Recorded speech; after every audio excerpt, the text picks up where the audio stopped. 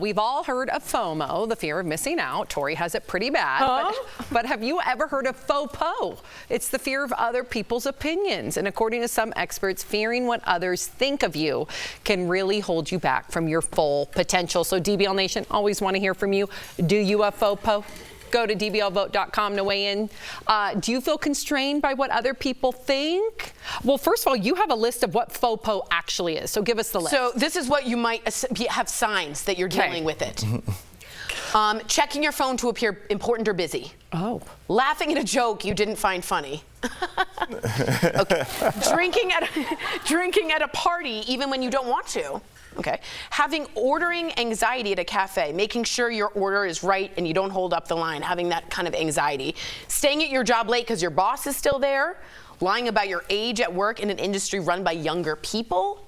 And pretending you've seen a movie that you haven't. I've done all of those. All of them? All of them. I've done every single one of them. Now, I am recovering from that. I really am. You've done the work. My therapist and I have actively been working on... Did your therapist call it FOPO? No.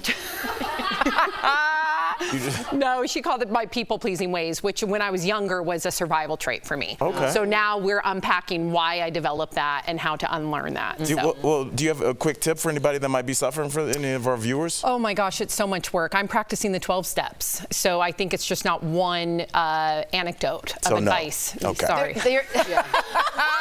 So no. Okay, do you two, I know Tori definitely suffers from this. Why does your opinion think that? I don't want to wonder what your opinion is. I don't know if I have a fear anymore as I care a lot. I don't really, as I've gotten older, and at 40, my dad said he stopped really fearing and I think I'm hoping I'm switching to more caring than fearing. But as you get older. As I get older. What about you? Oh, yeah. Yeah, sorry. but really quick, one thing that does help is that there's something that I just read by Nick Pollard who said, you do get a dopamine hit every time something people pleases. And for people who get used to that, if they don't get that, you get a dopamine low. And so it's hard, that's why you fear it so much, because you don't want that feeling of like letdown. I guess so, but for me, I also get a dopamine hit if the right person isn't pleased by what I've done.